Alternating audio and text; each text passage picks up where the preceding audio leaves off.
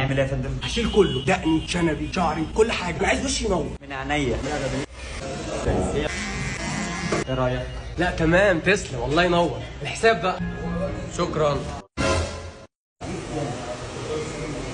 تشرب حاجة حضرتك؟